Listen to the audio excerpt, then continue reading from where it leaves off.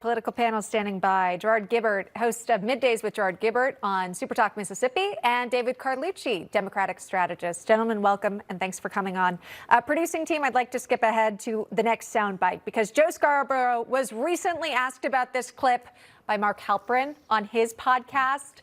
And let's just all watch together how he responded. Here's that. I say to people, go watch the State of the Union address. Talk to people who talked to Joe Biden. He had good days and bad days. You were with him on a good day and had conversations with him on a good day. But on good days. Good days. Yeah. Looking back at that, do you say, well, it was misleading to say best Biden ever without caveating it and say, except on the days when he's not the best Biden ever? Well, but I never saw those days personally. Well, you did because you saw him address a dead congresswoman and you saw him in South Carolina. A dead congresswoman, yeah.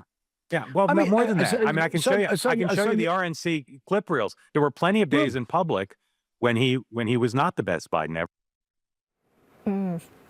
Gerard, your thoughts on where things stand today?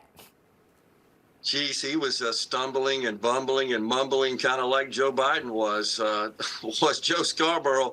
I'm not sure who has a more serious case of Trump derangement syndrome, Joe Scarborough or James Comey.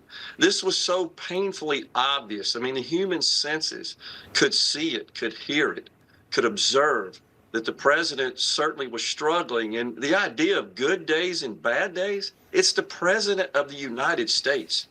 From a mental acuity perspective, we need the president to have good days every day. I can understand how you maybe have a flub up in a speech here and there or a statement that really didn't go over very well, but we need someone who has their full mental faculties as the commander-in-chief. Joe's ignoring reality.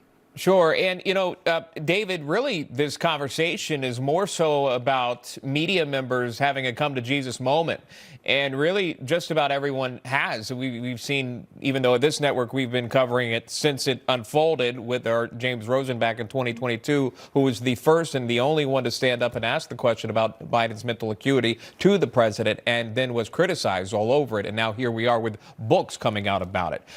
So we've seen CNN, we've seen some on MSNBC panelists coming forward saying, yeah, this is probably the most undercovered story that we should have been on. David, but Joe Scarborough seems to not want to change his position.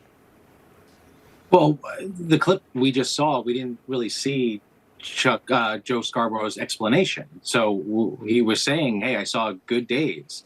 And then he was a little pushback. So we didn't see his full explanation of what he was getting at.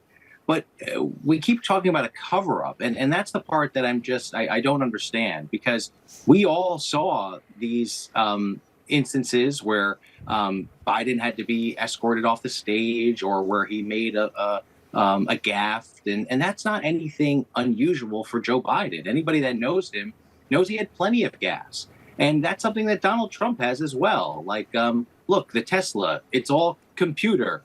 I mean, there's constant gaffes, but the point that I think is important is that the Democratic Party and many independents as well, even some Republicans, were still very supportive of Joe Biden. Why?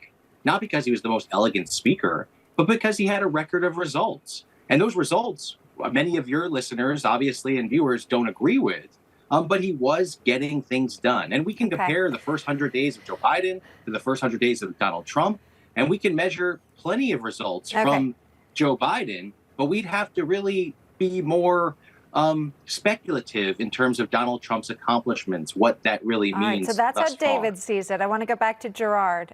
Your thoughts on what you just heard there from the Democratic colleague of the panel? I'm not really sure what results he's talking about. I think most of the results were disastrous for the country. Record high inflation, a total flop in the pullout in Afghanistan, just for starters. When did Trump injection of DEI and CRT and climate change and every policy made by this administration. I guess some people may celebrate those, but I think that those were bad for the country, and I'm glad to see that President Donald Trump has reversed those disastrous policies. But what legislation has Donald Trump passed thus far? Well, from a legislation perspective, you're right. Really nothing has happened. The Congress has been focused on passing the sweeping budget bill, which I think is critically important. But the president has reversed the executive orders that Joe Biden signed, which reversed much of the Trump administration's policies. And I think that sent the country down the wrong path. But all I'm getting at here is the fact that we could disagree on policy, of course. We're obviously going to disagree. But what I'm getting at is the ability to govern. And I think that's what we're all talking about.